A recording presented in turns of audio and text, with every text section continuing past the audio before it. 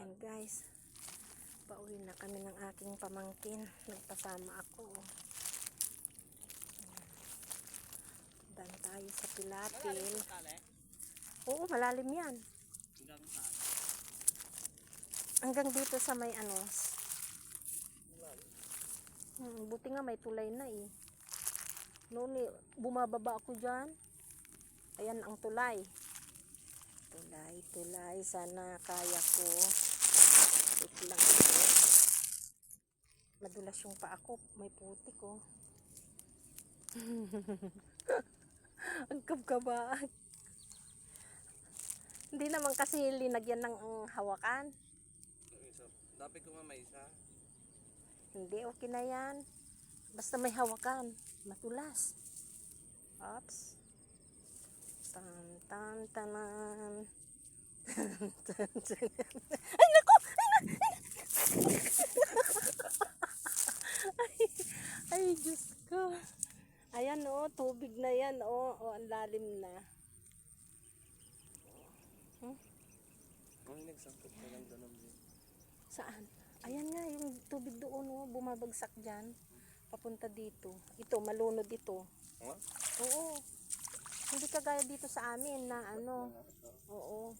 Kasi sa amin may nakaharang. Pag puno na dyan, hanggang dito ang tubig.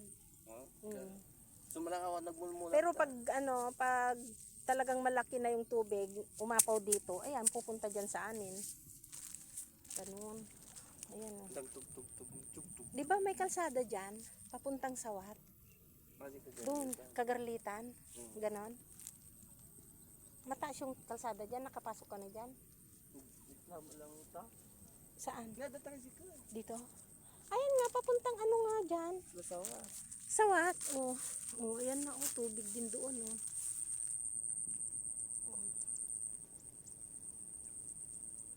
Basta humupa yung hindi na uulan.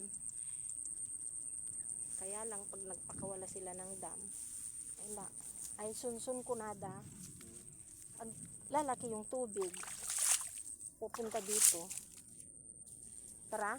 Malmal. Oo. Gigamot na ganito tali.